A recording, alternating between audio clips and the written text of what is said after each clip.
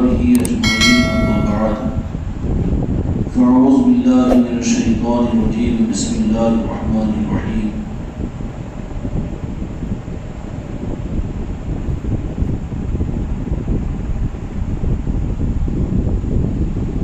يا أيها الذين آمنوا ادخلوا في السلم كافة وقال تعالى في عظمته النبي الكريم في الكلام المجيد والفرقان الحميد في شان حبيبه إن الله وملائكته يصلون على النبي يا أيها الذين آمنوا صلوا عليه وسلموا تسليما اللهم صل على محمد وعلى آل محمد وبارك وسلم صلاة وسلام عليك يا رسول الله صلاة وسلام عليك يا حبيب الله.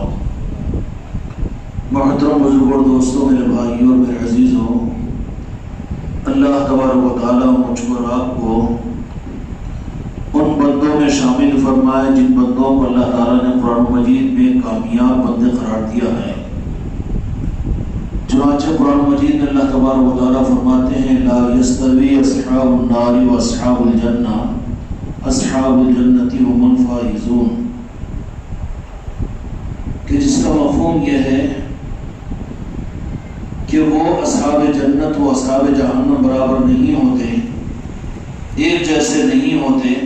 اصحاب الجنت هم الفائزون، کہ اصحاب جنت جو ہے وہ حقیقت میں کامیابی حاصل کرنے والے، کامیاب زندگی گزارنے والے اور اپنی مراد کو پانے والے ہیں، اور اللہ کی نظام نگاہ کے اندر میں وہ کامیاب بندے ہیں۔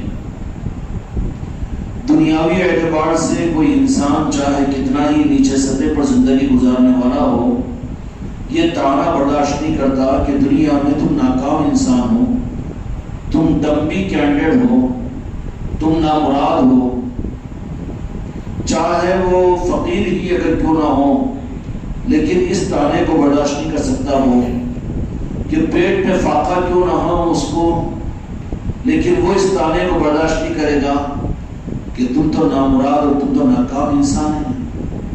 سمجھ آئی؟ کوئی اگر کہہ دے برداشت نہیں کرے گا وہ، لیکن رب العالمین قرآن مجید کے اندر فرماتے ہیں لا یستوی اصحاب النار و اصحاب الجنہ، برابر نہیں ہو سکتے اصحاب نار یعنی جہنم والے اور جنت والے۔ اصحاب الجنت هم الفائزون، کہ اہل جنت ہی ہے جو کامیاب ہے اور اہل جنت ہی جو فاز فوز کو پہنچنے والے ہیں۔ اللہ اصحاب نار کی جہنم والوں کے بارے میں یہ فرما رہے ہیں کہ اللہ کی نگاہ کے اندر بھی اصحاب جنت ہی کامیاب انسان ہیں، اور اپنے محبوب پر اس قرآن پاک کو نازل فرما کر اللہ تبارک و تعالیٰ نے بڑا کرم فرما دیا کہ آگاہ فرما دیا کہ تم دنیاوی اعتبار سے اپنے آپ کو فقیر اور خلاش اور ناکام اور نامراد کا طعنہ برداشت نہیں کر سکتے ہو، لیکن قیامت کا میدان ہوگا، وہاں پر پھر اللہ تبارک و تعالیٰ وہاں پر فیصلہ کریں گے اور انسانوں کے سامنے کہ تو فلاں ابن فلاں نامراد ہے، ناکام ہے، اور تو جہنمی ہے اور تجھے ناکامی کا منہ دیکھنا پڑے گا۔ سارے انسانوں کے سامنے اس کا اعلان کر دیا جائے گا اور ذلیل بنا کر اس کو جہنم کے اندر میں فرشتوں کے ذریعے سے گھسیٹتے ہوئے پہنچا دیا جائے گا۔ کیا ذلت کا مقام ہوگا۔ اللہ تبارک و تعالیٰ نے آگے فرما دیا کہ تمہاری زندگی ہے، تمہارے لیے تم اپنے اللہ کی بارگاہ سے فیصلے کو بدل سکتے ہو۔ زندگی کا ایک دن گزر جائے تو سوچو کہ میرا شمار اصحاب جنت میں ہے کہ اصحاب نار میں ہے۔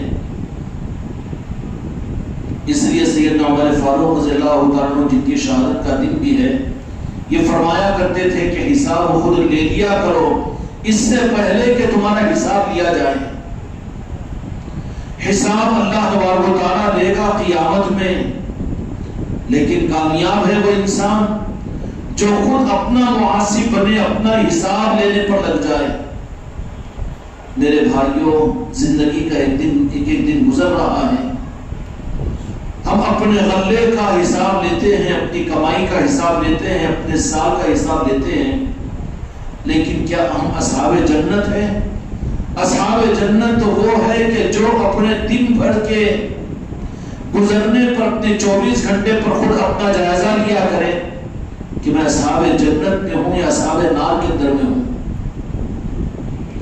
دنیا میں اگر کوئی جہنمی اگر کہہ رہے اس کے کہنے سے جہنم میں تھوڑی جائے گا، اس کے کہنے سے جہنم میں تو نہیں جائے گا۔ اللہ تبارک و تعالیٰ اب دنیا میں کوئی انسان اگر آپ کو جہنمی اگر کہہ دے تو کتنا غصہ آئے گا کہ یہ بات ہے کہ اس بندے کے کہنے پر خدا اس کو جہنم میں ڈال دے گا۔ اسی طریقے سے دنیا کے اندر میں اگر کسی آدمی کو جو کافر کہہ دے تو کیا اللہ تبارک و تعالیٰ اس کو کافر مان لے گا؟ کوئی وجہ نہیں ہے، کوئی سوال نہیں ہے۔ ساری مخلوق تو کافر کہے لیکن قیامت کے میدان میں رب یہ کہے کہ یہ تو اس پر جہنم غالب ہو چکی ہے اپنے بد عملوں کی وجہ سے، لیکن میرے اس بندے کو ٹھہراؤ کہ اس کا ایک عمل میرے پاس ایسا چھپا ہوا ہے اس کے عمل نامے کا کہ جس کو فرشتے بھی تحریر نہیں کر سکے، کرام و کاتبین بھی لکھ نہیں سکے، اور خود اس کو بھی احساس نہیں ہے اس کا، یہ خوش ہو جائے گا، لکی لہٹی اٹھ جائے گی قیامت کے میدان میں، جبکہ جہنم کا فیصلہ قانون کے تحت میں ہو چکا ہے۔ تو کہے گا کہ فرشتے بھی نہیں جانتے، کرام و کاتبین نے بھی اپنی کتابت میں نہیں لائے، لیکن میں جانتا ہوں۔ اور وہ نیکی کیا نیکی ہوگی؟ وہ نیکی یہ نیکی ہوگی کہ کسی وقت میرے آقا اللہ کے مالک حضرت محمد مصطفیٰ صلی اللہ علیہ وسلم کی عظمت اور محبت میں اس نے میرے آقا کی عظمت کے ساتھ میں نام لے لیا ہوگا، وہ تو ایسے ہی لائٹ کیا ہوگا، اس کو خود بھی محسوس نہیں ہوگا، لیکن رب العالمین یہ فرمائیں گے کہ وہ نیکی ایسی ہے کہ اس کے جہنم سے میں بچا دوں گا اور اپنے محبوب کی نسبت اور محبت کی بنیاد پر اس کو جنت میں پہنچا دوں گا۔ اب سارے اعمال، سارا کفر، ساری گمراہیت ہے، میں تائید نہیں کر رہا ہوں، لیکن ہم محاسب بنے اپنے کہ قیامت کے میدان میں تو یہ تو ہوگا کہ اللہ تبارک و تعالیٰ جو جہنم میں ہے، جہنم میں جانے کے قابل تھا، اس کو بھی جنت میں پہنچا دے۔ اس سے زیادہ خطرناک بات جس سے تم کو اور مجھ کو گھبرانا ہے، گناہ بے شک نفرت کی چیز ہے، کفر بے شک دشمنی کی چیز ہے، بد عملیاں خدا کی قسم خدا کو ناراض کرنے والی چیز ضرور ہے۔ آج بھی نماز نہ پڑھے، دین پر نہ چلے، سنتوں پر نہ چلے، شریعت پر عمل نہ کرے، حج نہ کرے، زکات نہ دے، سنت نہ پڑھے، نفل نہ پڑھے، لیکن اس کو یہ احساس ہوگا کہ میں گناہ گار ہوں۔ لیکن یہ سارے اعمال کرنے کے باوجود بھی ایک چیز ایسی ہے کہ سارے پہاڑوں جیسے اعمال رکھنے کے بعد بھی قیامت کے میدان میں پہنچے گا۔ اعمال کی کثرت کی وجہ سے پہاڑوں نامے اعمال اس کے نمازوں اور عبادتوں کے، حج و زکات کے، نوافل اور سنتوں کے بھرے ہوئے ہوں گے، لیکن تو جہاں کے مالک میرے آقا نے فرمایا جس کا مفہوم یہ ہے کہ وہ اہل بیت اور علی سے بغض رکھنے والا ہوگا تو خدا اس کو سیدھا جہنم میں داخل کر دیں گے۔ بغض علی اور اہل بیت یہ اتنا بڑا گناہ ہے، بنجتن پاک اور علی اور علی اور اہل بیت آل رسول، ان کے ساتھ کا بغض کہ ان کو اتنی عصمت کیوں دی گئی، اتنا مقام ان کو کیوں ملا، اور کیا خصوصیت ہے ایسا کیوں ہو گیا۔ ان معاملات کے اندر میں پھر تقابل پر لانے کے لیے دماغوں کو استعمال کرے کہ تمام صحابہ بھی کیا صحابہ نہیں ہیں، کہ جنتی بھی جنتی نہیں ہیں، لیکن پنجتن پاک کو، اہل بیت کو اور مولا علی مشکل کشا علیہ السلام کو اور آل رسول کو اور اولیاء کو اور آل علی اور اولاد علی اور اولیاء کی صورت میں جو عظمتیں رب العالمین نے انہیں عطا فرمائی، لیکن ان کی عداوت اگر دل میں رہی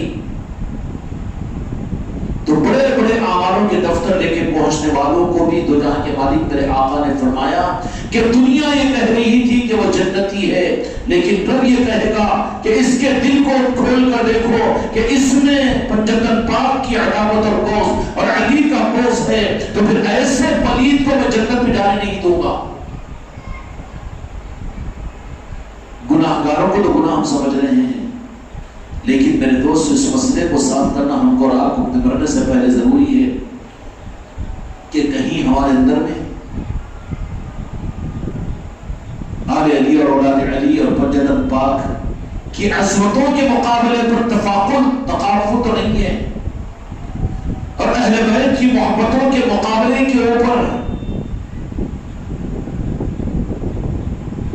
اہمیتوں کا کم ہونا تو نہیں ہے. ابھی تقابل اس معنی کے اندر میں کہ نظروں میں بھر جائے دین اور اعمال اور شریعت، بے شک یہ بہت بڑی عظمتوں کی چیز ہے، لیکن ان اعمال کو قبول کروانے والی چیز یا پھر ظاہر کروانے والی چیز، اس لیے کہ دوائیں بہت کھا رہا ہو لیکن اس کے ساتھ میں یہ سوچ لے کہ میں تو پہلوان ہوں، بہت دوائیں کھاتا ہوں، لیکن مجھے کیا ہوگا، میں تھوڑا سا زہر بھی کھا لیتا ہوں، دوائیں بیکار ہو جائے گی، زندگی ہاتھ سے چھوٹ جائے گی.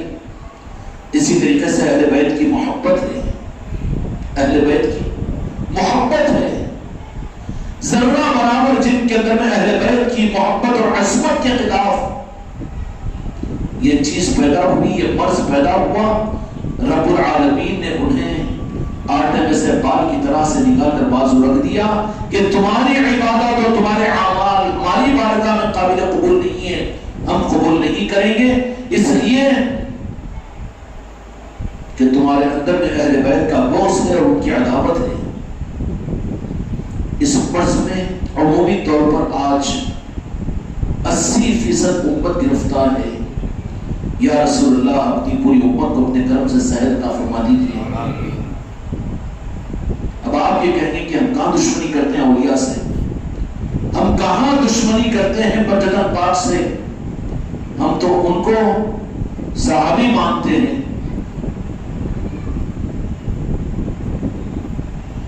تو پھر جائزہ لے کر دیکھنا پڑے گا کہ اللہ تبارک و تعالیٰ نے وہاں پر اللہ کی منشا وہ نہیں ہے جو ہم کر رہے ہیں کہ ان کو بھی صرف صحابہ مانو یا ان کو بھی صرف جنتی مانو، بلکہ رب العالمین نے قرآن مجید کے اندر میں فرما دیا کہ اہل بیت آل علی اور اولاد علی اور پنجتن وہ ہیں کہ جن سے تم بغض علی والے تو اچھے اعمال کے باوجود جہنم میں جائیں گے، اور محبت علی والے اللہ تبارک و تعالیٰ کو جہنم سے بچا کر جنت میں، کہ وہ عمل ان کی زندگی میں تھا کہ جو سارے اعمال کے مقابلے کے اندر میں بہت ہلکا وہ سمجھتا تھا، لیکن ان کو بچا لیا جائے گا، ان کو بچا دیا جائے گا، وہ بچ جائیں گے اور بڑی آسانی کے ساتھ میں بچ جائیں گے. اعمال کے راستے پر چلتے ہوئے کتنے خطرات ہیں. قسم کھا کر کہہ لو کہ مغرب کی نماز پڑھے ہیں تو ہم میں سے کوئی دعویٰ کر سکتا ہے کہ اس قابل ہے کہ ہماری نماز اللہ کی بارگاہ میں قبولیت کے مقام پر ہے.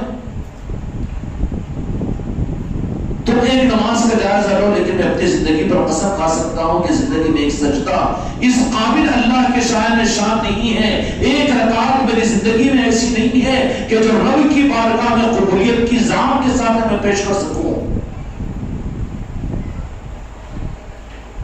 پھر کتنی فکر ہونی چاہیے کہ کم از کم وہ روح کو جو ہم بہت آسان ہے، سادہ ہے، اور اللہ تبارک و تعالیٰ نے جو رخ دے دیا اپنے محبوب کی امت کو، کم از کم اس آسان رخ کو اختیار کریں. بیمار ہو تو کارپوریٹ ہاسپٹل بھی ہے، امریکہ بھی ہے، آسٹریلیا بھی ہے، دنیا کے بڑے بڑے کروڑوں روپے خرچ کر کے جا کر علاج کراؤ. لیکن بیماری ہے، حیثیت نہیں ہے، وہ بھی علاج ہوگا، امریکہ میں بھی ہوگا، آسٹریلیا میں بھی ہوگا، بامبے میں بھی ہوگا، لاکھوں کروڑوں روپے خرچ کرنے والے بھی اپنا علاج کرائیں گے. لیکن بیماری ہے تو کم از کم اس بیماری کو نظر انداز کرنے کے بجائے گورنمنٹ ہاسپٹل ہی کے اندر میں چلے جائے تمہاری صحت کا تمہارے اوپر حق ہے کہ تم علاج کے لیے گورنمنٹ ہاسپٹل تو چلے جاؤ، قرآن و حدیث کے مطابق میں آ جائیں کہ یا اللہ ہم نفاق سے بچنا چاہتے ہیں، ہم اپنے آپ کو منافق بنانا نہیں چاہتے، ہم اصحاب جہنم کے اندر رہنا نہیں چاہتے، ہم کو بڑی آسانی کے ساتھ ہم بڑے تقوی و طاقت کے دعوے تو نہیں کر سکتے، لیکن یا اللہ کوئی راستہ ہم کو ایسا بتا دیجئے کہ ہم بیمار ہیں، ہم کو صحت مل جائے۔ تو رب العالمین قرآن و حدیث کے اندر اپنے محبوب کی امت پر یہ بات کہے گا کہ تم اہل بیت سے محبت کرو۔ قل لا اسألکم علیہ اجر مودۃ فی القربى، اللہ تبارک و تعالیٰ نے اپنے محبوب کو فرما دیا کہ ایک آپشن دے دو آپ اپنی امت کو، اس لیے کہ میرے محبوب آپ کو اپنی امت بڑی محبوب ہے، امت کو آپ سہولت دلانا چاہتے ہیں، تو آپ فرما دیجئے کہ تمہیں میرے اہل بیت سے محبت کرو، میں تم سے کچھ نہیں چاہتا ہوں، میں تم سے کچھ نہیں چاہتا ہوں، میں تم کو نوازوں تم مجھ سے محروم نہ ہو، میں تم کو جنت میں بھیجنے سے رکاوٹ نہ بنوں۔ تو میرے آقا نے رب العالمین نے فرما دیا کہ قانون ہمارا ہے میرے محبوب، آپ سنا دیجئے کہ بہت آسان گورنمنٹ ہاسپٹل کا ٹریٹمنٹ ہے کہ کیا کرے وہ کہ آپ کی آل سے محبت کر لے، مودۃ فی القربى، قرآن مجید کی آیت ہے یہ، قل لا اسألکم علیہ اجر الا مودۃ فی القربى، کہ میرے اہل بیت کے ساتھ محبت کرو، کیوں کہ قیامت بعد قیامت جو کچھ سرکار ہے وہ اہل بیت کی ہے، شفاعت ان کے گھر کی ہے، جنت کے مالک وہ ہیں، انسانیت امید کے ساتھ انہی کے ساتھ متوجہ کرے گی، اور ان حسنین کریمین اور بلدت پاک کے صدقے ہی انسانیت کی شفاعت ہوگی۔ اب ہم اپنی جگہ یہ سوچ لیں، محبت جن کے دلوں میں ہے، اللہ کا شکر ہے کہ خانقاہی یا نسبتوں اور یہ اولیاء اکرام کی محنتوں کا صدقہ ہے ہندوستان والوں پر، ہندوستان والوں پر، مسلمانوں پر بڑا کرم ہے، صدقہ ہے سلطان الہند خواجہ خواجگان خواجہ غریب نواز کا کہ اس ہندوستان کے اندر میں ہوں گے وہ مٹھی بھر جو مستاق اولیاء اور آل رسول ہو، لیکن اولیاء کی محبتیں ان کی قربانیوں کے صدقے میں امت کے 80% طبقے کو ملی ہوئی ہے، اور امت 50-60 سال پہلے تک اولیاء سے جڑی ہوئی تھی، کوئی تو ایسا نہیں ہوگا، لیکن اس جرات کے ساتھ میں بعض ملکوں کے بعض لوگ ایسے ہیں کہ جو اولیاء کی ذاتوں کا انکار ہی نہیں بلکہ بے ادبی اور گستاخیاں اور شرک کا لیبل دے دیتے ہیں، اس لعنت سے وہ بچے ہوئے ہیں، کوئی چاہے کتنا ہی گناہگار کیوں نہ ہو، لیکن اولیاء کہتے کہے گا کہ وہ تو اللہ کے دوست ہیں، اور اللہ کے دوست، اللہ کے دوست کا مطلب کیا ہے کہ اللہ نے قیامت تک کسی کے بارے میں وحی کو اتار دے گا کہ یہ اللہ کے دوست ہیں؟ یہ سوال بھی کیا جاتا ہے، ذہنوں کے اندر کو الجھانے کے لیے ڈالا جاتا ہے کہ بھائی اس زمانے کے اندر میں تھے ہوں گے حضور پیران پہ غوث الاعظم خواجہ غریب نواز، حضرت جنید بغدادی رضی اللہ عنہ، لیکن وہ اولیاء اور اولیاء کا نظام یہ کیسے ہو سکتا ہے؟ اولیاء کا نظام کیسے ہو سکتا ہے؟ اولیاء کی پہچان ان کی چوکھٹوں کی نسبت سے ثابت ہوتی ہے، کیوں کہ اگر درخت ہے، اگر زمین سے جڑا ہوا درخت ہے تو وہ درخت کہلائے گا، اس کا مطلب یہ ہوگا کہ زمین سے وہ جڑ جڑی ہوئی ہے، ورنہ وہ درخت باقی نہیں رہ سکتا۔ اسی طریقے سے قیامت تک میرے آقا و جہاں کے مالک رب العالمین نے اپنے محبوب کی اہل بیت کا اور پنجتن پاک کا ایک نظام قائم فرما دیا کہ تمہارے درمیان میں قرآن بھی رہے گی اور اہل بیت بھی رہے گی، کوئی زمانہ، کوئی صدی، کوئی ملک قرآن تو مسلمانوں کے پاس میں اور اہل بیت نہ ہو، یہ نہیں ہو سکتا، دو چیزیں لازم و منصوب ہیں۔ یہ الگ بات ہے کہ جڑ سکتی ہے لیکن امت سے کٹ نہیں سکتی، کٹ نہیں سکتی۔ میرے آقا کے پردہ فرمانے کے بعد ایک سازش رچی گئی تھی کہ امت کو اہل بیت سے کاٹ دیا جائے، اور وہ عناد ہے اہل بیت کی بنیاد پر۔ یزیدیت جو تھی نا، ان کو کوئی اور دشمنی نہیں تھی۔ یزید ذاتی طور پر وہ سیدنا امام حسین علیہ السلام کی بڑی عظمت اور تعظیم کیا کرتا تھا، لیکن خانہ دل کے اندر میں یہ عداوت تھی کہ اسلام کا مرکز اور اسلام کا کعبہ تو امام حسین علیہ السلام ہے، اور اس کو خطرہ محسوس ہوا تھا کہ دینی نظاموں کے اندر میں اگر امام حسین رہے تو میں ہزاروں کوشش اور ہزاروں حکومت بنا لوں، لیکن مسلمانوں کے قلوب تو امام حسین سے جڑے ہوئے ہوں گے۔ اس عداوت کی وجہ سے یزید نے امام حسین علیہ السلام کے ساتھ عداوت کی بنیاد پر بڑے بڑے اعمال اور بڑے بڑے دینی خدمات کے باوجود مردود ہوا، اور کوئی کہنے کی جرات کرے گا کہ نعوذ باللہ اعوذ باللہ یزید جنتی ہے؟ نہیں نا، لعنتی ہے۔ اور اس کے اندر میں کمی کیا تھی؟ کمی صرف بغض اہل بیت تھا کہ یہ عظمت امام حسین علیہ السلام کو کیوں، یہ عظمت امام حسین علیہ السلام کو کیوں کہ دین کے دوسرے بھی تو خدمت گزار ہے، دوسرے بھی تو دینی کارنامے دنیا میں انجام دینے والے ہیں، اور دوسرے بھی تو ہے، لیکن یہ خصوصیت حضرت امام حسین علیہ السلام کی کو کیوں؟ تو جب دل کے اندر میں اہل بیت کی بغض پیدا ہوا اور عداوت پیدا ہوئی تو تقابل کو لانا شروع کیا۔ امام حسین کے بالمقابل میں بھی تو ہوں کچھ، یہ وہ مرض ہے کہ جس مرض کی وجہ سے رب العالمین بڑے بڑے اعمال کے باوجود بھی ان کے عملوں کو اللہ تبارک و تعالیٰ عملوں کے ہونے کے باوجود جہنم میں داخل کر دے گا، اس لیے کہ میرے مصطفیٰ نے یہ بات فرمائی جس کا مفہوم یہ ہے کہ بغض اہل بیت کے ساتھ میں کوئی انسان جنت میں داخل نہیں ہو سکتا۔ اس لیے میرے بچوں، اللہ تعالیٰ تمہارے ہمارے قلوب کو اہل بیت کی محبت سے منور فرمائے۔ یہ بہت آسان اور بہت سستا آپشن ہے، اہل بیت سے ٹوٹ کر محبت کریں۔ اب اہل بیت سے محبت ہے، اس کا مطلب کیا ہے؟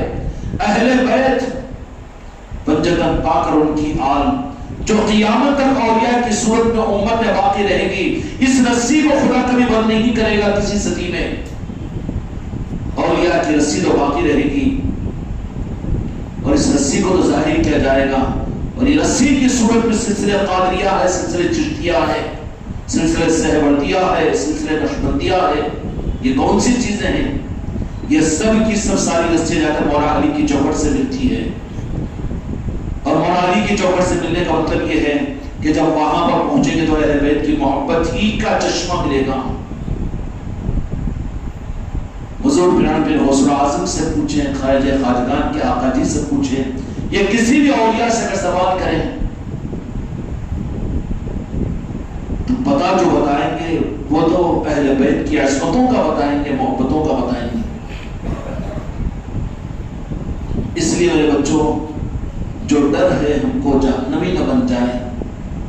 جنتی اعمال بہت مبارک ہیں، لیکن خطرہ یہ ہے کہ بغض اہل بیت اعمال کے باوجود جنت جانے سے رکاوٹ بن جائے گی۔ اس لیے اس وقت میں ہم کو اور آپ کو اور ساری امت کو ان کے دلوں میں اہل بیت کی عصمت اور محبت پیدا ہو جائے، اس کی فکر کرنا چاہیے، کیونکہ نجات کے لیے، مغفرت کے لیے شریعت کافی ہے، اور شریعت ہی کی حقیقت ہے کہ اللہ ہی نے قرآن مجید کے اندر حکم دیا، اور میرے مصطفیٰ آقا نے اس بات کی تعلیم دی کہ تم جب اپنی اولادوں کی تربیت شروع کرو تو میری محبت کے ساتھ میرے اہل بیت کی محبت سکھاؤ ان کو۔ کیا سکھاؤ؟ فرمایا کہ 3 بنیادوں پر اپنے بچوں کی تربیت کیا کرو۔ کیا ماں باپ کے گودوں کے اندر یہ تربیت ہو رہی ہے بچوں کی؟ اب یہ تو ہم کو بھگتنا پڑ رہا ہے کہ تم سید کائنات فاطمہ الزہرا سلام اللہ علیہ کی ولادت پر اپنے گھر کے اندر میں ایک دستر بچھا کر خوشیوں کا اظہار کر لوگوں کے سامنے یہ بات کہو۔ یہ تو اس زمانے کی مجبوری ہے یہ اندھیرا ہے جس میں ہم کو روشنی کرنی پڑ رہی ہے، ورنہ تمہارے نانی دادی سید کائنات فاطمہ الزہرا سلام اللہ علیہ ان کے نام اور ان کے واقعات سے اپنی اولادوں کی تربیت کیا کرتے تھے کہ اجنبی نام نہیں تھا، سید کائنات تھا۔ اس لیے اگر امت میں آج تک 25 سال پہلے تک کے زمانے پر دیکھ لو تو گھروں کے اندر میں کسی لڑکی کا نام زینب ہے تو کسی کا نام فاطمہ ہے، سیدہ ہے، اور کسی کا نام ام کلثوم ہے، کسی کا کچھ ہے، صحابیات کے نام اہل بیت کی عورتوں کے نام تھے۔ لیکن 25 سال کے اندر ان ظالموں نے کیسے رخ کو بدل دیا، ان ناموں کو تمہارے خاندانوں سے نکال کر پھینک دیا، تمہارے ذوق سے اس کو دور کر دیا۔ کیا ہے کہ نہیں کیا؟ تمہاری دادی کا نام کیا تھا، تمہاری اماں کا، تمہاری خالہ کا، تمہاری پھپھو کا، اپنے خاندان میں ذرا اوپر چلے جاؤ تو یہی نام ملتے تھے۔ لیکن اب تمہاری اولادوں کے نام پردوں پر ناچنے والے، دنیا میں جسم فروشی کرنے والے، بدتمیز اور بے ادب اور بد اخلاق، خدا کی قسم گھن آنی چاہیے اپنی اولادوں کے ناموں کو ان کے ناموں پر رکھتے ہو۔ شاہ رخ خان، سلمان خان، کرینا، زرینا، کرینا، ہرینا، علینا، کون سے نام؟ ذوق بدلا دیا ظالموں نے، رخ کو موڑ دیا ہے، حق سے جہنم بنانے کا پورا انتظام کیا، اور امت کو بڑی آسانی کے ساتھ میں ذوق کے ساتھ میں راستے پر چلا دیا، دور دور تک نہیں۔ یہ تو یہ حال ہے۔ اور دینی نظاموں چلنے والوں کے گھروں پر بھی ان کے اگر ذوق کو اگر معلوم کرو، اہل بیت کے ساتھ میں ہم کو بھی محبت ہے، تو پوچھیے حضرت مولانا مفتی صاحب آپ کی بیٹی کا نام آپ نے کیا رکھا؟ بہت دور دور تک نظر نہیں آئے گا، یہ رکھا ہوں، اور اس کے معنی یہ نکلتے ہیں نانی جیسا کہ ہم کو مشکل ہوتی ہے، اب معنی نکلتے ہیں تو ڈکشنریوں میں لکھنا پڑتا ہے۔ اتنا مصیبت بنا دیا امت کو، روح کو کاٹ دیا، اور انہی وسائل کے ذریعے سے بہت سے اہل بیت نے امت کو گرفتار کیا ہے۔ یہ یزیدیت پنپ گئی ہے امت کے اندر میں،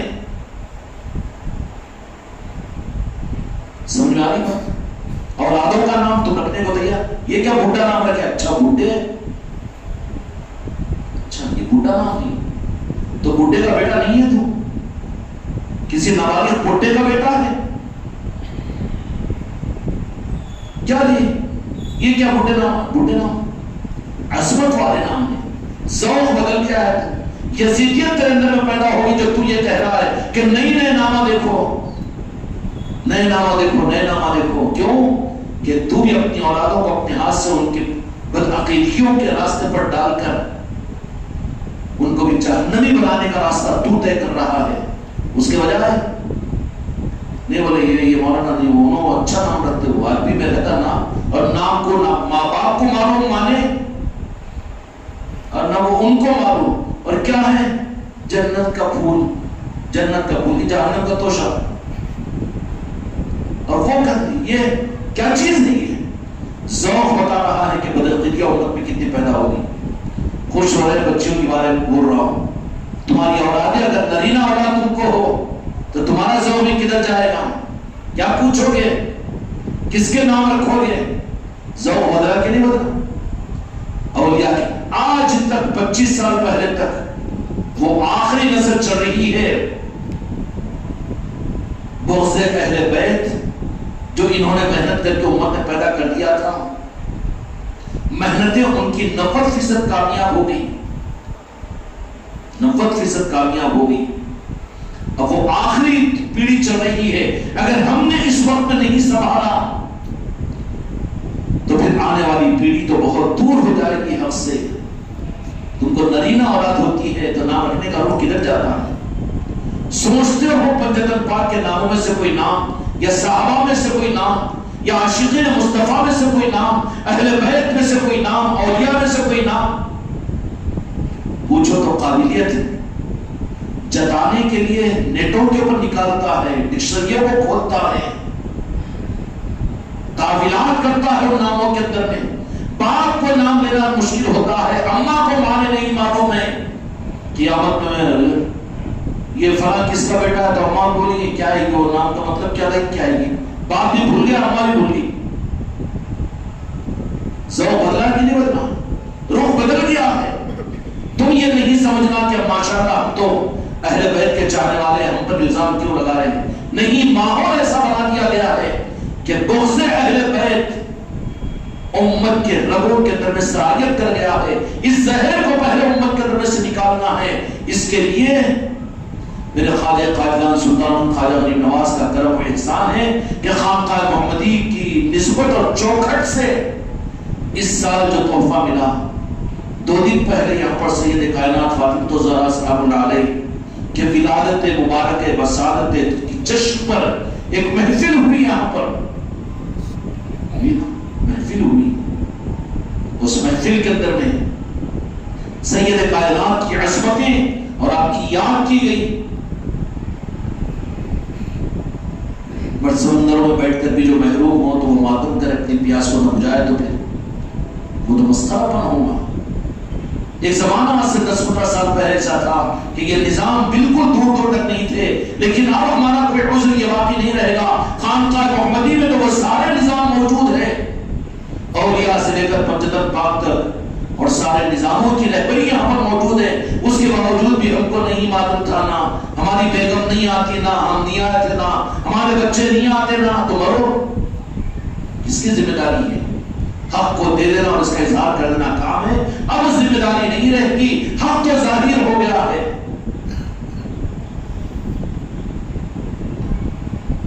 دو دن پہلے ہوا یہاں پر، اس کے بعد میں پھر یہ نظام چلا کہ اہل بیت کی پنجتن پاک کی سید کائنات کی ولادت کی خوشی سے خانقاہ میں آ کر بیٹھ کر بیان سن لینے میں یا یہاں کے لنگر کے کھا لینے میں، اس حد تک یہ تو غرض کی بنیاد ہو گئی تھی. لیکن محبت کا پیغام یہاں سے دیا گیا تھا کہ اپنی فاطمہ الزہرا سلام اللہ علیہ جو ہماری اماں جان ہیں اور جن کی نسبت اور جن کی نسبت کی بنیاد پر جنت کی بشارت میرے مصطفیٰ نے دی ہے، اہل بیت سے جو محبت کرے گا، میری آج سے جو محبت کرے گا، اللہ تبارک و تعالیٰ اس کو جنت میں داخل کریں گے. جو اہل بیت سے بغاوت اور یا بغض کرے گا اور اعمال کے باوجود جہنم میں داخل کیا جائے گا. سید کائنات و مدان کی یہاں پر محفل بھی، ہر ایک کو اس بات کا تحفہ دیا گیا تھا کہ اپنے گھروں میں اپنے خاندان والوں کو بلاؤ، ایک دستر بچھاؤ، 10 آدمی خاندان والے سوال کرے کہ ایسا کیسا کہ کوئی وقت نہیں، کوئی تقریب نہیں، کچھ نہیں، کیا نہیں، انجانے میں ان کو بلاؤ کہ آپ دوپہر کا کھانا ہمارے ساتھ میں کھائیے اور شام کا کھانا ہمارے پاس میں کھائیے. کیوں کہ ہم کو ایک خوشی ملی ہے، اس خوشی میں آپ بھی شریک ہوگی. اس کے بعد بتائیں گے کہ کیا خوشی ملی ہے. دھوکہ ہے یہ نہیں، حکمت نہیں ہے، مصلحت ہے. آگے جمع ہو گئے 5 ہو 10 ہو 25 ہو خاندان والوں کو، ایسے سارے محلے والوں کو جن کو بلا سکتے بلائیں، اور کھلانے کے بعد پھر تو کھانے کے بعد میں جائیں گے نہیں بلکہ پوچھیں گے وہ خود کر کے تو دیکھو نا. کرنے کو اگر تیار نہیں ہے تو رب کی جنت کا کوئی ٹھیکیدار نہیں ہے کہ زبردستی تم مستی کر رہے ہو پھر زبردستی کیا کرو جنت کے داخل کرائے. کسی کے باپ کی جاگیر نہیں ہے جنت، وہ تو اہل بیت کی ہے. مالک سید کائنات ہے، امام حسن و حسین ہے. اس چوکھٹ پہ لے جانا ہمارا کام ہے. کہ جب پوچھیں گے تو تب ان سے کہنا کہ جو خوشی ہم کو ملی تھی وہ سید کائنات سیدہ فاطمہ الزہرا سلام اللہ علیہ کی ولادت کی خوشی تھی، جس پر دو جہاں کے مالک خوش ہوئے تھے. اس خوشی کی سنت کے ادا کرنے کے لیے ہم نے یہ دعوت کا دستر تمہارے لیے بچھایا. تم 5-10 بیٹھ کر یہاں پر کھائے ہو، اب اس کے بعد میرے اماں جان کے فضائل کو کے سامنے رکھو. یہ ہے عقیدے کی اصلاح، یہ ہے کچھ کرنے کا کام. اور اس میں تم پیر بھائیوں کو نہ بلاؤ، خانقاہ والوں کو نہ بلاؤ، کیونکہ الگ روح پڑ جاتا ہے کہ بلاتے ہیں تو ذکر کی مجلس ہوتی ہے، نعت ہوتی ہے، منقبت ہوتی ہے، بیان ہوتا ہے اور یہ ہوتا ہے وہ ہوتا ہے. نہیں، حق دینا تم کو ہے، اپنا نظام اپنی بات چھوڑنا نہیں ہے تم کو. اس حکمت کے ساتھ میں بلاؤ تو کامیاب. جو کیے ہیں وہ خود اپنی نظروں سے دیکھیں کہ کچھ نہیں تو شکر ادا ہوگا ان کو کہ ہم نے سیدہ کی پہچان کروا دی، سید کائنات کا تعارف کروا دیا. اب اس کے بجائے اس حکمت کے بغیر اب مجھے نذرانہ دو 10,000 روپے میں خوب کروں گا. سیدۃ النساء فاطمہ الزہرا سلام اللہ علیہ کی عظمتوں کا بیان اچھل اچھل کر اور خوب تم پکا دو لنگر اور میں آ کر کھا لو. یہ کھانے پینے کا نظام تھوڑی ہے. تم کو اپنی ذات سے اپنے دل سے سکون دینے کا نظام ہے، اور وہ بھی تمہاری جہنم سے بچنے کے لیے اور تم کو جنت میں داخلے کے لیے یہ ٹکٹ کے دلانے کے لیے موقع دیا جا رہا ہے. کوئی احسان نہیں کر رہے. اس لیے میرے بچوں ابھی دن باقی ہے. اپنے گھروں میں مختصر سا صحیح، ہم یہ نہیں کہہ رہے ہیں کہ اعلان کرو پورے گاؤں کو دعوت دو یا پھر پیر بھائیوں کو بلاؤ، خانقاہ والوں کو بلاؤ. بالکل نہیں. نعت پڑھنے والوں کو بلاؤ، بیان کرنے والوں کو بلاؤ، ذکر کرانے والوں کو نہیں. خانقاہ محمدی کا نظام خانقاہ کے نظام کو مسلط کرنے کا نظام نہیں ہے. خدا کی قسم خانقاہ محمدی کا نظام حق کے روح کو ہر انسان کو دینے کا نظام ہے. اگر اس کے لیے ہم اپنے آپ کو تیار نہ کریں، لیپ لپیٹ میں رہیں، سوچتے رہیں اچھا کروانے سے مطلب کیا. پیر صاحب بولے ترغیب اس واسطے دے کہ لوگ خود آگے ڈکار دیں گے، یا خانقاہ محمدی والے نذرانہ نیاز اور کھانے پینے والے بن گئے، تو پھر اب تو خانقاہ محمدی والوں کو بلانے کے لیے بھی ہم نے منع کر دیا. تم اپنے خاندان والوں کو بلاؤ، ان لوگوں کو بلاؤ جن کو یہ دولت ملی ہوئی نہیں ہے، ان پر رحم کھاؤ. ان کو بولو کہ ایک وقت کا کھانا تو ہمارے پاس میں کھاؤ. اس کے بعد پیغام دو سید کائنات کی محبت میں ہم نے یہ دسترخوان بچھایا. کرنے کا کام نہیں ہے. پھر یہ کیا ہوگا؟ یہ نجات کا راستہ ہے امت کے لیے. آج اعمال کی طرف میں رخ ہے امت کا، لیکن اہل بیت کی عصمتوں سے روح کو کاٹ دیا ہے دشمنوں نے. اس کا حل یہ ہے کہ اہل بیت کی محبتوں کا رخ امت کو دو. اور روح دینے کے لیے 5,000 2,000 10,000 20,000 خرچ کا کوئی تقاضا نہیں ہے، بلکہ وہاں پر تم اپنی ذات سے اپنی نسبتوں کو. اور ہوگا کیا میرے بچوں؟ تمہارے اعمال کے ذریعے سے اگر حب اہل بیت کے ساتھ اگر اس دنیا سے جاؤ،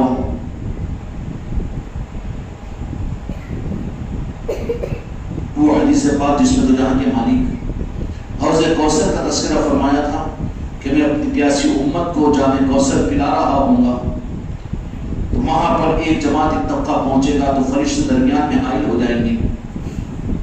کیا ہو جائے گی؟ مشکا شریف کی حدیث ہے جس کا مفہوم عرض کر رہا ہوں. تو میرے آقا یہ فرمائیں گے کہ چہرے سے تو یہ نظر آ رہے میرے امتی ہے، آنے دو. تو فرشتے وہاں پر یہ کہیں گے میرے آقا سے ظاہر فرما دیا تھا کہ ہم اپنے آپ کو بچائیں ان چیزوں سے. آج ہمارا رخ تو عملوں کی طرف میں ہے، دین کے اعمال کی طرف میں ہے. کون کتنا متقی پرہیزگار ہے، کون کتنا قرآن کی تلاوت کرتا ہے، کون تہجد گزار ہے، کون فجر پڑھنے والا ہے، کون روزانہ 5 پارے تلاوت کرنے والا ہے، کتنا بڑا مقرر ہے، کتنا بڑا عالم ہے اور کتنا بڑا ذکر کرانے والا ہے. اس طرف میں رخ ہے.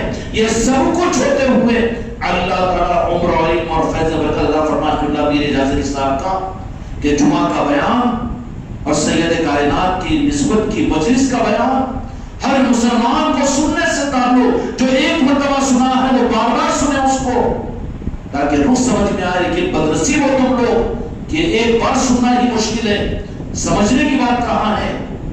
یوز اینڈ تھرو کے نظام پر لگے ہوئے ہو، قسم کھلا کر پوچھو ان میں بیٹھے ہوئے منڈی تو ہلا رہے، لیکن تم نے اس کے بعد میں کتنی مرتبہ سنا وہ مجلس کو بیان کو.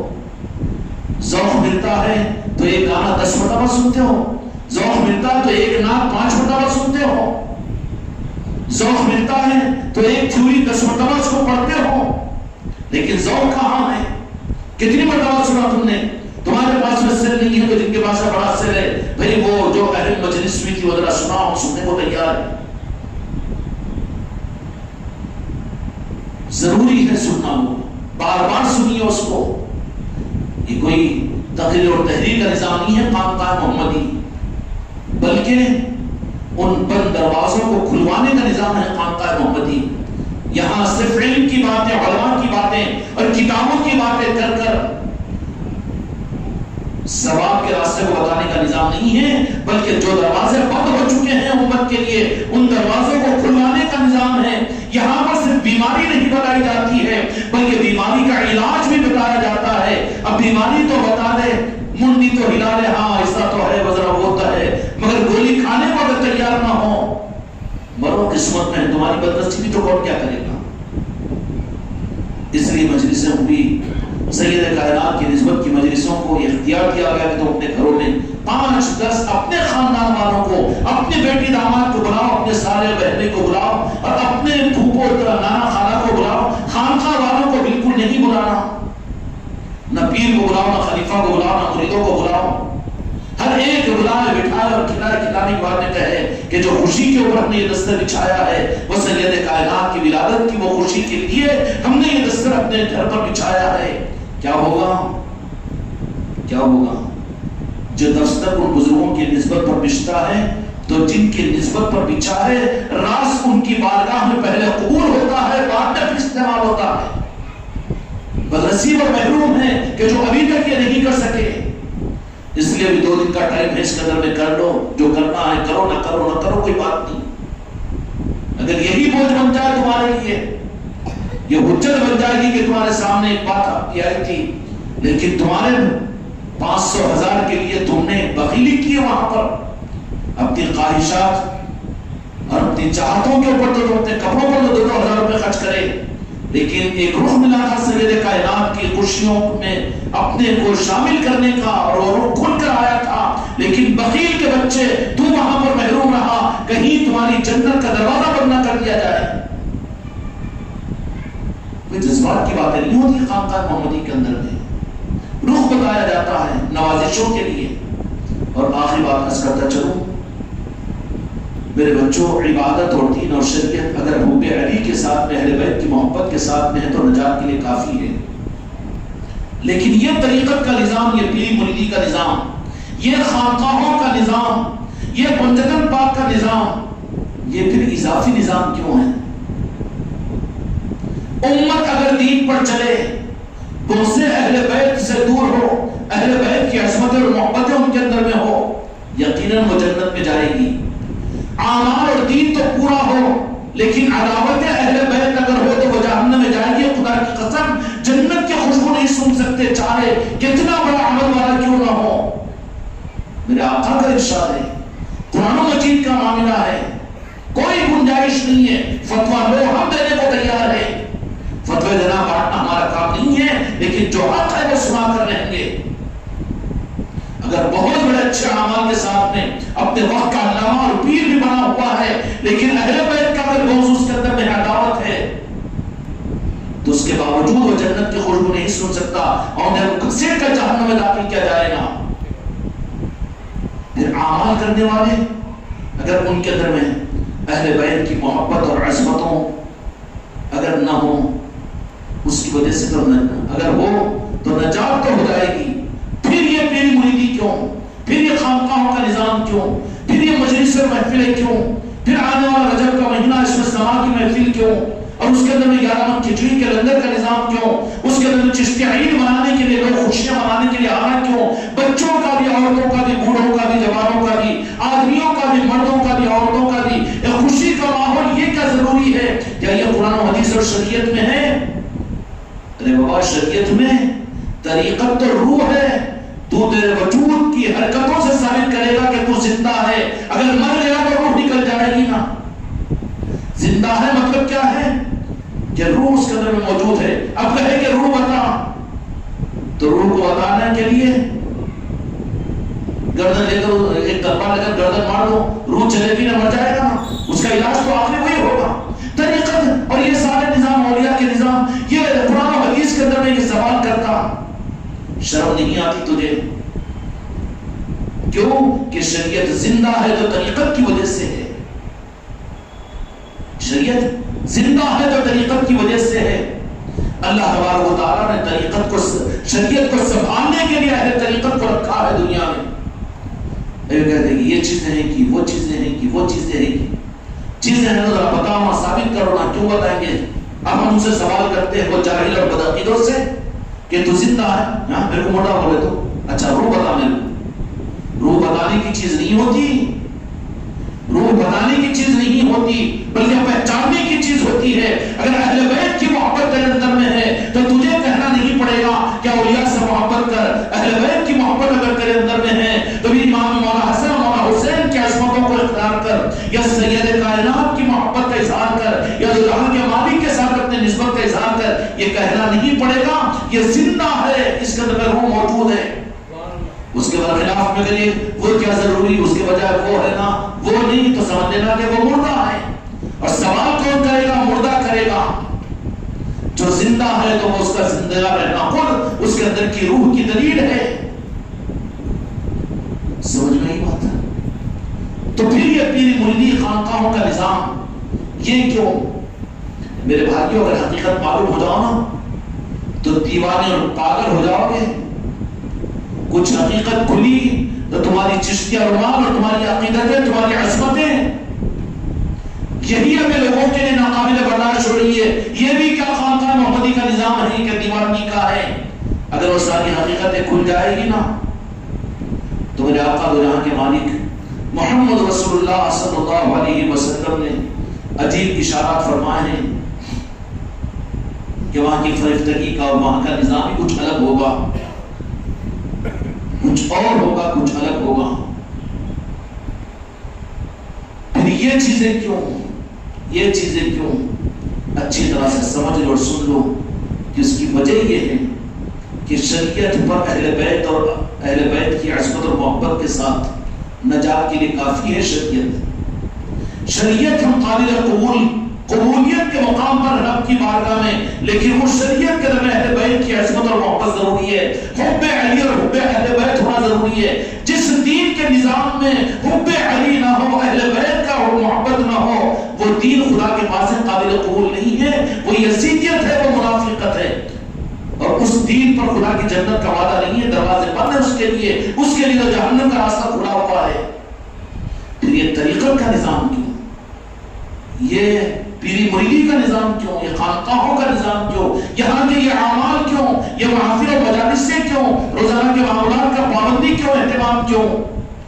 میرے بچوں جنتی بنانے کے لیے نہیں ہے، بلکہ جنت کے مالکوں کے غلام بنانے کے لیے ہے کہ وہ اپنے غلاموں میں شامل کر لیں۔ اہل طریقت کیا کرتے ہیں؟ ان کے پاس میں جنت کی چکر نہیں رہتی، ان کے پاس میں جو فکر رہتی اہل بیت، پنجتن پاک، آل علی اور آل علی۔ پیر کامل تو یہی کوشش کرتا ہے کہ اس کے ہر بچے کو اہل بیت اپنے نوکروں میں، اپنے غلاموں میں شامل کر لے۔ یہ فارمولہ ہی غلط ہے طریقت کی دنیا میں کہ جو جنت کا کارڈ بتا دے، دنیا کو بنانے کی لالچ اور چاکلیٹ بتا کر اپنی پیری مریدی کو چلا، بالکل ریفیوز اور ریجیکٹڈ ہے یہ نظام۔ بلکہ قبولیت والا راستہ کیا ہے؟ راہ طریقت کا، کہ راہ طریقت کی منزل تو جنت نہیں ہوتی، جہنم سے بچنا نہیں ہوتا، بلکہ طریقت کی منزل تو یہ ہوتی ہے کہ اہل بیت کی غلامی کو نصیب ہو جائے۔ کیا نصیب ہو جائے؟ غلامی نصیب ہو جائے۔ اس لیے یہ کروایا جاتا ہے خانقاہ محمدی کے اندر میں کہ محرم آئے تو یاد کرو، مولا علی کی شہادت کو یاد کرو، غدیر خون کو یاد کرو، پنجتن پاک کو یاد کرو، آل رسول کو یاد کرو۔ کبھی غوث اعظم کی یاد ہے تو کبھی غریب نواز کی یاد ہے، کبھی صابر پاک کی یاد ہے تو کبھی تاج الاولیاء کی یاد ہے، اور کبھی ناظر شاہ ولی کی یاد ہے۔ اولیاء جو اہل بیت ہے یہ ان کی یادوں کے ذریعے سے، کیوں کہ بڑے جو ہوتے ہیں وہ چھوٹوں کی یادوں سے خوش ہوتے ہیں اور ان کو غلامی کے لیے قبول کیا جاتا ہے۔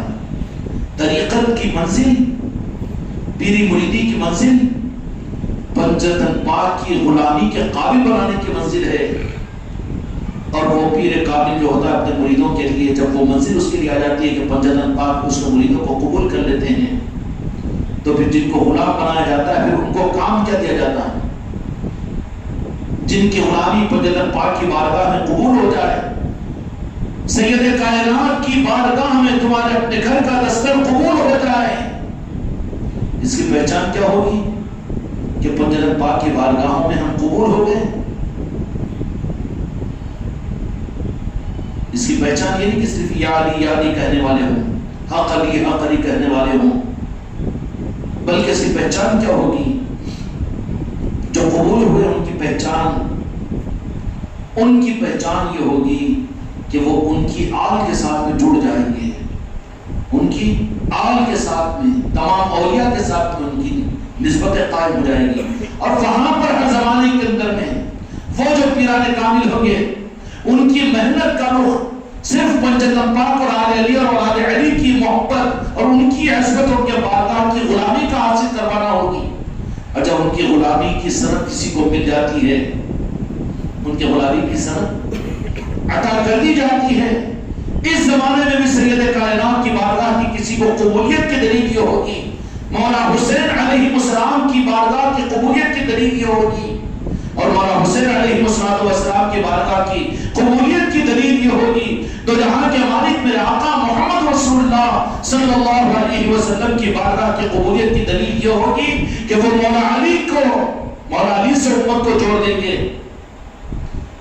اور مولا علی کی بارگاہ کی قبولیت کی دلیل یہ ہوگی کہ وہ پنجتن پاک سے جوڑ دیں گے، اور پنجتن پاک کی بارگاہ کی قبولیت کی دلیل کیا ہوگی؟ قبولیت کی دلیل کیا ہوگی؟ سید کائنات سیدہ فاطمہ الزہرا سلام اللہ علیہ کے گھر کے کام و کاج کے لیے آپ کی دنیا سے پردہ ہونے سے پہلے ایک پادری کو رکھا گیا تھا جس کا نام احادیث کی کتابوں میں حضرت فضہ ہوتا ہے، اور سید کائنات کی اس دنیا سے، چونکہ سید کائنات کو دو جہاں کے مالک کی نسبتوں کی وجہ سے سید کائنات کی ذات ایسی نہیں ہے کہ جس کو سن کر پڑھ کر سمجھ لیا جا سکے، وہ تو جتنا اما جان کا فیضان ہوگا، اس لیے تمہاری بطنی اولادوں کو بھی ماں جتنا اپنے بچے کو جتنی محبت اور جتنا ادراک دے گی، ماں ہی اصل تربیت گاہ ہے، پہلا مدرسہ ہے، ماں کی توجہ جتنی ہوگی اولاد کے اندر اتنی صلاحیت پیدا ہوگی۔ سمجھ میں آ رہی بات؟ اس لیے سید کائنات اپنی غلامی کے لیے کسی کو قبول کیے ہوں، اس کی پہچان کیا ہوگی؟ غلامی اگر پسند آ گئی، حضرت فضہ بڑی دل و جان کے ساتھ میں خدمت کرتی رہی سید کائنات کا، اور اس کے بعد میں سید کائنات نے یہ کہا کہ واہ سید کائنات کا معاملہ، خدا کی قسم سید کائنات ہے وہ فاطمہ الزہرا سلام اللہ علیہ ہے، جو عصمت اللہ تبارک و تعالیٰ نے سید کائنات کو، بڑے خوش نصیب ہے وہ گھر جن گھروں کے اندر میں سید کائنات کی نسبت پر دستک بچ گیا۔ میرے بچوں اپنے گھروں کو محروم مت کرو، اپنی تقدیروں کو تاریخ مت کرو، اندھیرے میں مت لاؤ، بلکہ دو چار صحیح تمہارے رشتہ داروں کو صحیح لیکن سید کائنات کی نسبت پر دستک ضرور بچھاؤ، دال چاول کھلاؤ یا میٹھا کھلاؤ، لیکن کہو ان کے سامنے کی ہم سید کائنات کی ولادت کی خوشی میں یہ دستک بچھائے ہیں۔ ڈر ہوگا نا، خانقاہ والے آئے تو خاندان والے تانا دیں گے، خانقاہ والے آ رہے کھا رہے جا رہے، اب تو ہم ناگواہ کہہ رہے ہیں، ہمارے پاس میں حق دینا مقصود ہے، نظام دینا مقصود نہیں ہے۔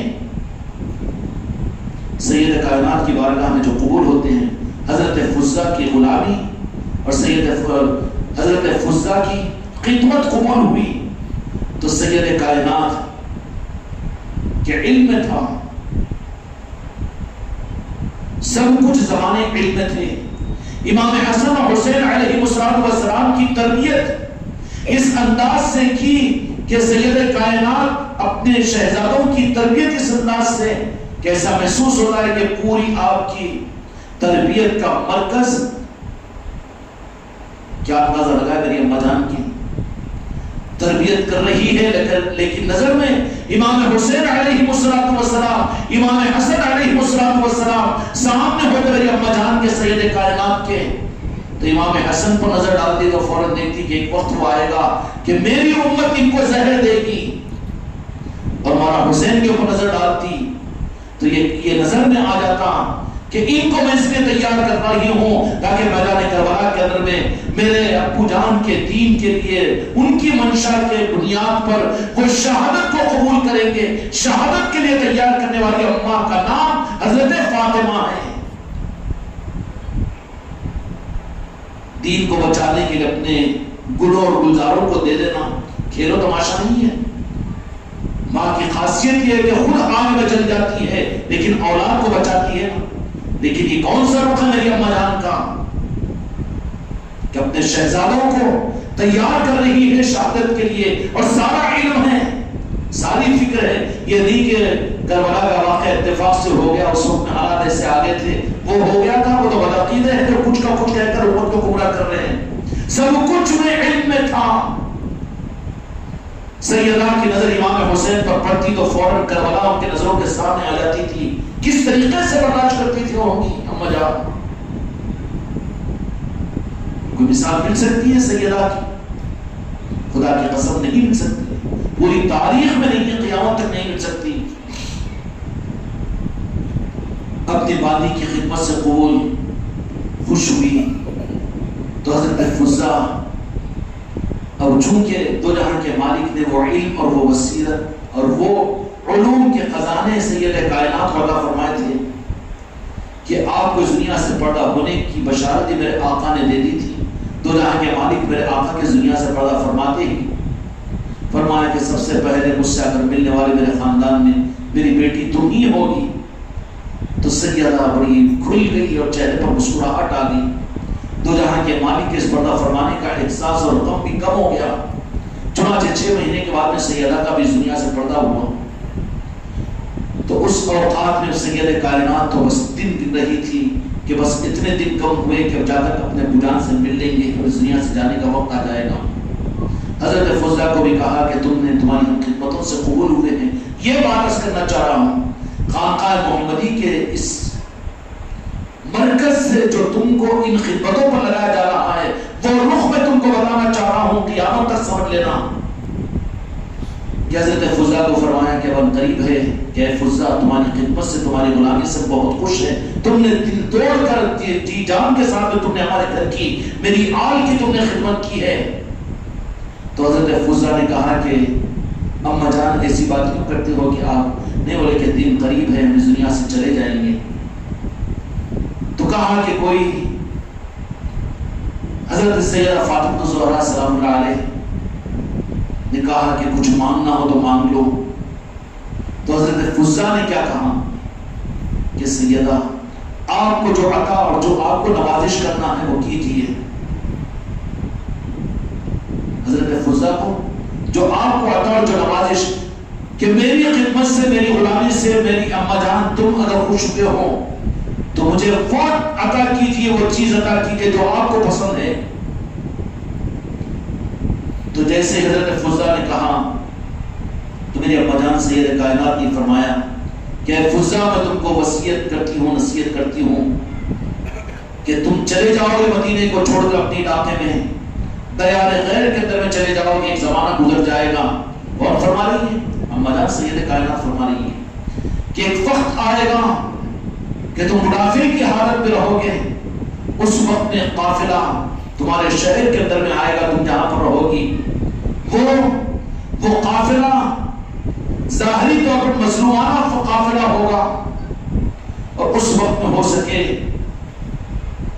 تو ان مظلوموں کی اور ان آئے ہوئے اس قافلے کے مہمانوں کی کچھ ضیافت اگر کر سکتے ہو یا ان کو پانی یا ان کو شربت اگر پلا سکتے ہو تو پلا دینا، یہ ہم تم کو اپنی خدمت کی قبولیت کی سند دیتے ہیں۔ وہ وقت کا انتظار کرتے ہوئے حضرت فضہ رہی، وقت گزر گیا، تقریباً 40-42 سال گزر گئے۔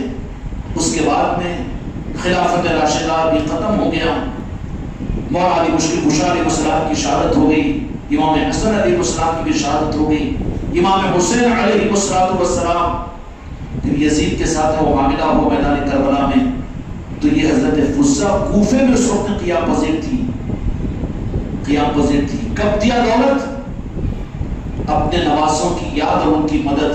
خانقاہ محمدی والے کہو تم کہ کیا یہ شیعہ تو نہیں ہے کہ یہاں پر محرم کا اہتمام کیا جاتا ہے، یہاں سید کائنات کی مجلس سجائی جاتی ہے، یہاں پر یہی تو ہوگا، یہی تو خصوصیت ہے خانقاہ محمدی کی، کیونکہ یہ خیرات یہاں سے نہیں، یہ خیرات کتابوں سے نہیں، مولویوں سے نہیں، مسلک اور جماعتوں سے نہیں، بلکہ یہ خیرات تو ہم کو در علی سے مل رہی ہے۔ یا اللہ تمہاری خدمت ہمارے پاس میں قابل قبول، اس کا بدلہ میں کیا دوں گی تمہیں کہ جب وہ قافلہ آئے مسلوم قافلہ تو اس وقت میں تمہارے پاس میں کچھ ہو تو ان کی تم خدمت کر دینا۔ چنانچہ حضرت فضہ فرماتی ہے، روایتیں ہیں البدایہ والنہایہ حدیث کی کتاب ہے، اس میں روایت موجود ہے یہ کہ جب امام حسین رضی اللہ عنہ کی شہادت ہوئی اور وہ قافلہ کوفے کو پہنچا اور ایک خیمہ لگایا گیا تھا، خیمہ، وہاں پر حضرت فضہ ڈنڈا ٹیکتے ہوئے خیمے کے قریب آئی اور آ کر کہا کہ کیا معاملہ ہے؟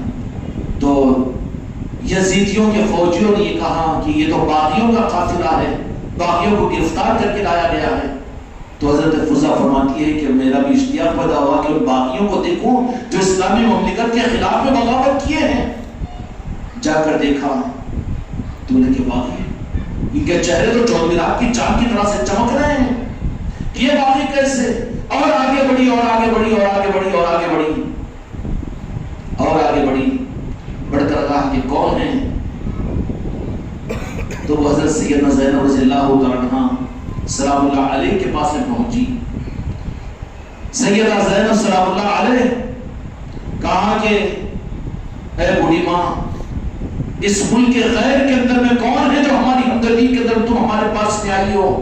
کہ کون ہماری خیریت پوچھنے کو تیار نہیں؟ ہم کو تو باغی کا قافلہ کہا گیا ہے اور باغیوں میں شمار کیا گیا ہے، لیکن تم کیسے اہل کوفہ میں دیار غیر میں تم ہماری ہمدردی کے لیے کیسے آئی ہو؟ تو حضرت فضہ فرماتی ہے کہ اس قافلے میں حضرت زینب رضی اللہ عنہا کے پاس اما جان کے پاس پہنچی اور پہنچ کر کیفیت معلوم کی کہ آخر بات کیا ہے۔ تو حضرت فضہ نے کہا کہ یہ تو باغیوں کا قافلہ ہے۔ تو حضرت فضہ نے سوال کیا کہ تم لوگ کون ہو؟ تو کہا کہ تم کون ہو؟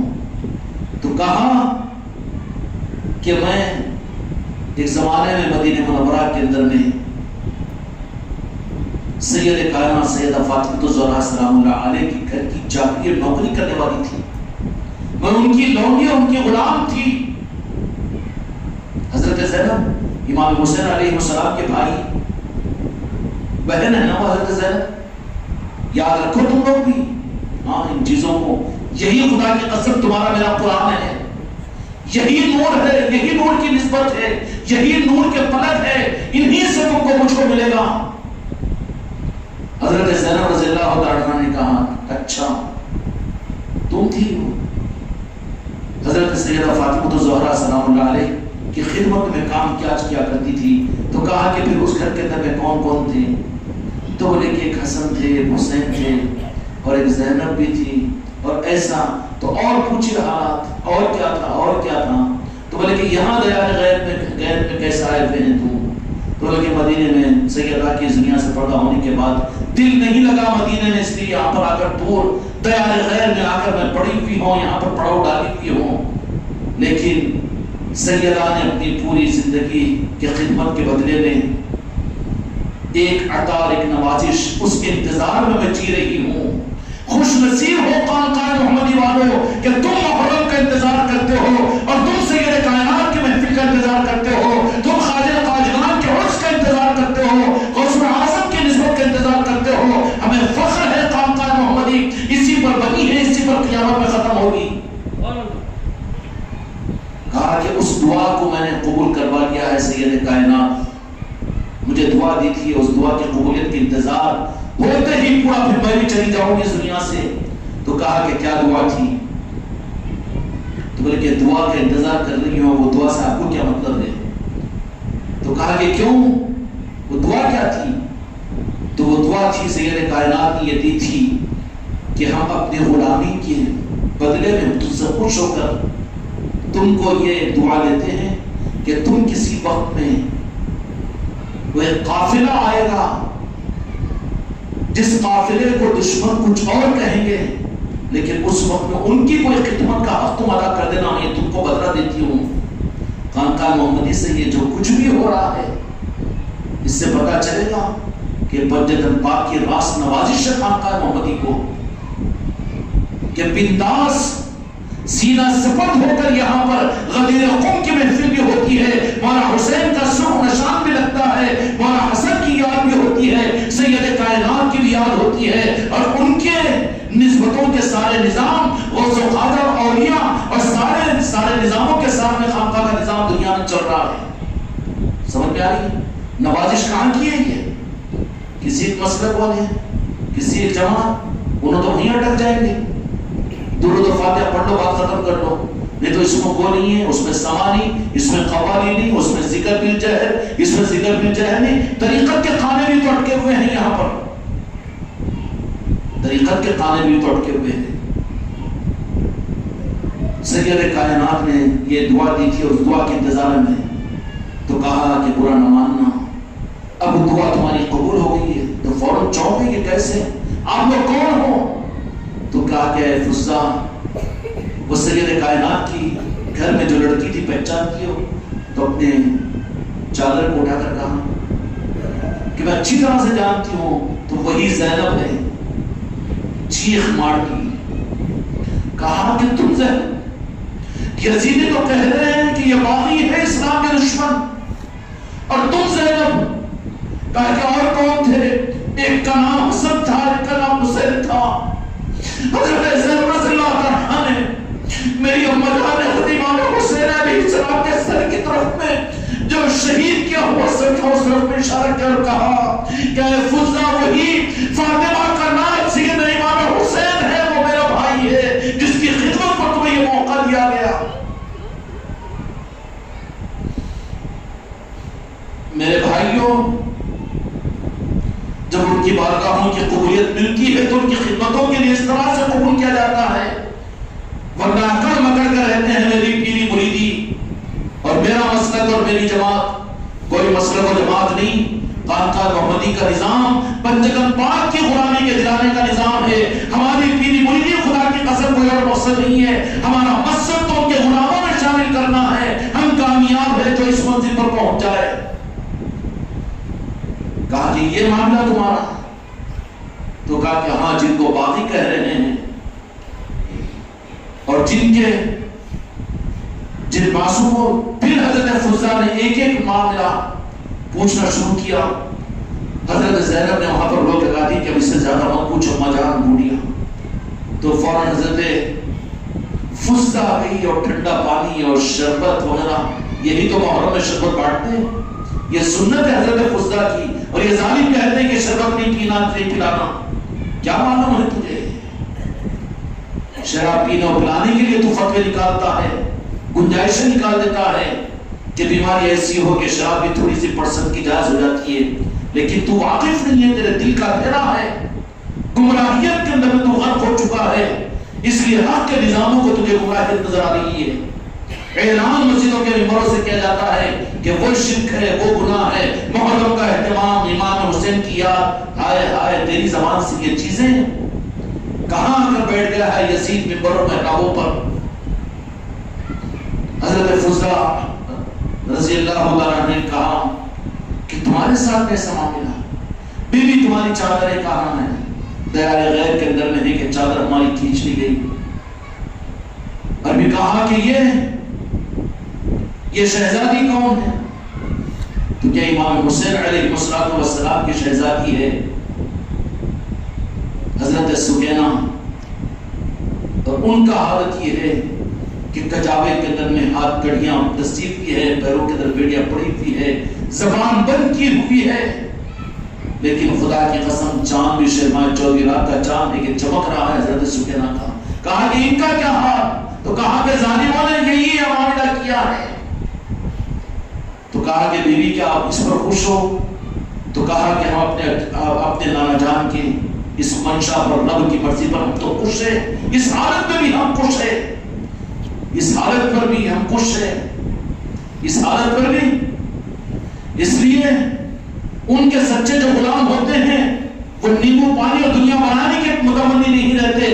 برباد بھی اگر ہو جائے اس کے باوجود وہ مسکراتے رہتے ہیں. ان کی پہچان یہ ہے کہ وہ اپنے کو برباد کر کے خوش ہوتے ہیں. کہا کہ اس حالت میں بھی ہاں، اس حالت میں بھی خوش ہے.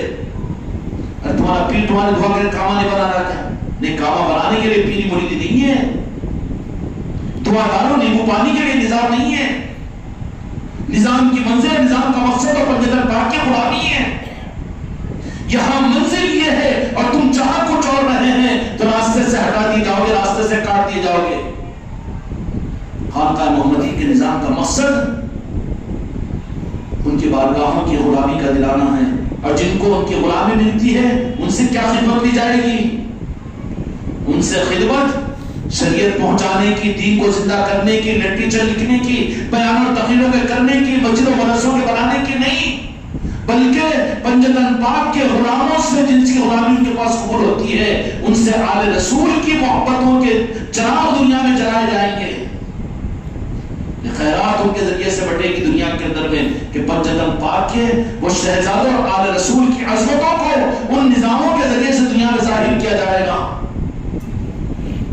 اس لیے میرے بچوں، اللہ تعالیٰ ہم کو اور آپ کو قدر کی توفیق عطا فرمائے۔ اہل بیت کے اندر میں، اس ملک کے اندر میں اہل بیت کون ہیں؟ اہل بیت کون ہیں؟ جن کے ہم اور آپ نام لیوا ہیں، جن کے ہم غلام ہیں، جن کی غلامی پر ہمیں ناز ہے، وہ ذات اہل بیت کے اس امام کی جو یہاں کے مالک نے اپنا بنا کر اپنی آل میں سے شہزادہ ہندوستان، والی ہندوستان، سلطان الہند خواجہ خواجہ خواجہ معین الدین چشتی اجمیری رحمت اللہ علیہ کو دیا اور بلا نہیں لیا، بلکہ آپ کی چوکھٹ کو اجمیر ہی نے قائم فرما دیا کہ تمہارا دل تڑپ جائے گا، بے چین ہوگا، تمہاری آنکھیں درد پریشان ہو جائے گی، جانا میرے معین الدین کی چوکھٹ کی زیارت کر لینا۔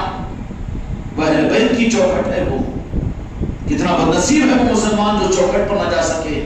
اس لیے پہنچاؤ اپنی اولادوں کو، اپنے خاندان والوں کو، اور نظام بناؤ اپنا کہ یہی تمہارا ایک مرتبہ خواجہ خواجگان کی چوکھٹ پر چلا جانا، ہو سکتا ہے کہ اللہ تعالیٰ اسی کے اندر تمہاری نجات کا انتظام فرما دے کہ میرے محبوب کے محبوب کی محبت کو چوکھٹ پر تم پہنچو۔ اور جو چوکھٹ سے بغض کرے، اپنی جاتوں میں بات میں دیکھتا ہوں، سوچتا ہوں ابھی نہیں ہوا نا، جبھی نہیں ہے، یہ ڈالم ٹولیے، تو جا نہیں چاہ رہا ہے بلکہ تجھے بلایا نہیں جا رہا ہے، بلایا نہیں جا رہا ہے۔ اگر بلایا جاتا تو سب کچھ سے بے نیاز ہو کر دواخانے میں بغیر پلان کے 15 دن نہیں چل جاتا، بغیر لیو کے چلے جاتا ہے، جاتا کہ نہیں جاتا، یا پلان بنا کے جاتا ہے، جہاں ایکسیڈنٹ لا کے مار دیا، کوئی موٹر سائیکل فریکچر آ گیا، 2 مہینے پڑا رہا نہیں ہوتا، یہ ڈالم ڈولی نہیں کرے گا۔ جب موقع ملے گا سلطان الہند کی چوکھٹ پر اس عظمت کے ساتھ میں کہ آل رسول کے وہ امام ہیں ہندوستان کے اندر میں، سلطان الہند کی ذات ہے جو خواجہ خواجگان کی صورت میں وہاں یہ نہیں کہ آئے اور فیض لے کر چلے گئے، بلکہ دو جہاں کے مالک نے کہا میرے معین الدین اپنی چوکھٹ کو ہندوستان میں میرے امتیوں کو نوازنے کے لیے قیامت تک آپ وہیں پر آرام کرو۔ کتنا نوازا میرے مصطفیٰ نے سلطان الہند کی صورت میں۔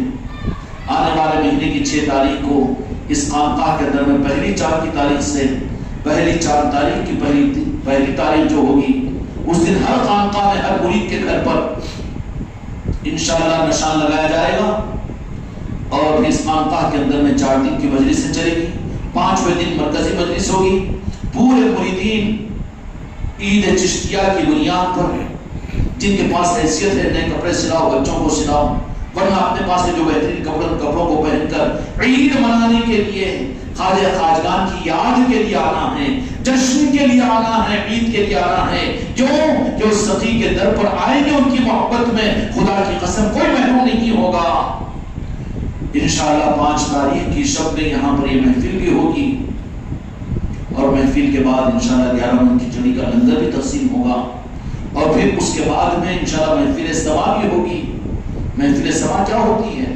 ہم ان کو یاد کرنا، یہ بات ہے، ہم ان کو یاد کریں منقبت، ہم ان کو یاد کریں نعتیں، حمد، ذکر، تذکرے، بیان، تقریر۔ بتاؤں حقیقی سما کا مطلب کیا ہے؟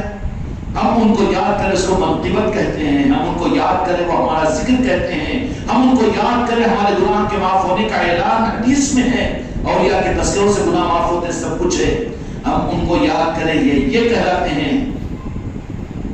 لیکن سما حقیقت میں جو سما ہوتا ہے، خواجہ جی ان کو یاد کرتے ہیں، جی اب حقیقت معلوم ہو جائے تو کوئی ہیلا حوالہ کرے گا آنے میں رکاوٹ؟ اب جس کی قسمت میں ہی نہ ہو، جن کو خواجہ جی بلانا نہ چاہے، کون بلا سکتا ہے؟ 1 لاکھ پیر نہیں بلا سکتا، تمہارا پیر تو دور کی بات ہے، نہیں بلا سکتا۔ کس کو رکاوٹ ہے آنے میں؟ یہاں کس کو رکایا جا رہا ہے سما کی محفل میں آنے سے؟ کس کو اپنی مسئولات کو لانے سے رکایا جا رہا ہے؟ کس کو اپنے بچوں کو لانے سے رکایا جا رہا ہے؟ کن کو خاندان کے افراد کو لانے سے رکایا جا رہا ہے؟ اور کون ہے یہاں پر خواجہ جی کے چوکھٹ کے اوپر کہ تم نہیں، تم فلاں مسئلہ کہ تم نہیں آنا، تم فلاں ہے تم نہیں آنا، تمہارے لیے دروازے بند ہے اس خانقاہ محمدی کا، یہ تو غریب نواز کی چوکھٹ ہے، یہاں کسی کو کیوں روکا جائے گا؟ لیکن اس کے باوجود جو رک رہے ہیں تو رک نہیں رہے ہیں بلکہ روک دیا جا رہا ہے، روک دیا جا رہا ہے۔ اس لیے میرے بچوں اچھی طرح سے سمجھ لو، محروم نہ ہونا، ابھی سے پروگرام بناؤ، پہلی رجب سے انشاءاللہ ہمارے گھروں کی رونقیں تعارف کروا دیں گی پوری دنیا میں کہ انشاءاللہ ہم خالق خاقان سلطان الدین سے محبت کرنے والے ہیں اور آپ کے ہم نسبت والے ہیں۔ ہر مرید کے گھر پر خواجہ خواجگان کے نام کا نشان انشاءاللہ لگے گا اور اپنی حیثیت کے اعتبار سے جتنا اظہار کر سکتے ہیں کریں گے، اور پھر روزانہ مغرب سے لے کر عشاء تک کی مجلس میں یہاں پر، اور روزانہ انشاءاللہ لنگر کا نظم بھی ہوگا، مسورات کے لیے بھی نظم ہوگا، اور پھر یہ 4-5 دن کی مجلسوں کے بعد میں وہ مرکزی مجلس کی تیاری میں سارے کے سارے بھکاری بنیں گے، سخی کے دربار پر سلطان الدین کی بارگاہ کی طرف متوجہ کرتے ہوئے سما کی محفل میں رہیں گے۔ کیا ہوگا؟ رات بھر جاگیں گے، 2-4 دن بیمار تو ہو کر پڑیں گے پلنگ پر، اس سے زیادہ تو کچھ نہیں نا، ہو جانے دیجیے، کوئی بات نہیں۔ لیکن میرے بچوں سے میں یہ چاہتا ہوں کہ اس مجلس کو مس مت کرو، سمجھ لینا کہ ہم مس کر دیے، بات یہ نہیں ہے، بلکہ تجھے آنے نہیں دیا گیا، اس کے لیے کسی کے لیے کوئی رکاوٹ نہیں ہے یہاں پر، نہ پھر کسی کے لیے نہیں ہے کہ تم آئے تو تم کو کچھ دینا ہی پڑتا ہے، یہ بات بھی تو نہیں ہے۔ اس کے باوجود بھی جو محروم ہو رہی ہے علی اعلان یہ بات ہے کہ جب جن کی چوکھٹ ہے انہوں ہی اگر آنے نہ دے رہے ہوں تو کون کیا کرے؟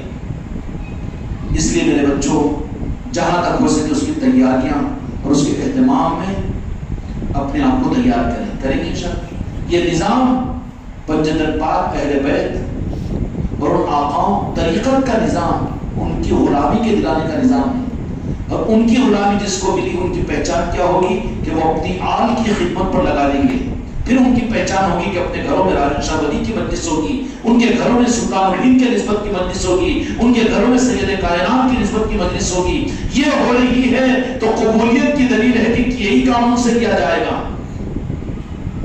یہ کام لیا جائے گا۔ یا اللہ ہم سب کو بھی نوازے، کسی کو محروم نہ فرمائے۔ درود شریف پڑھیے۔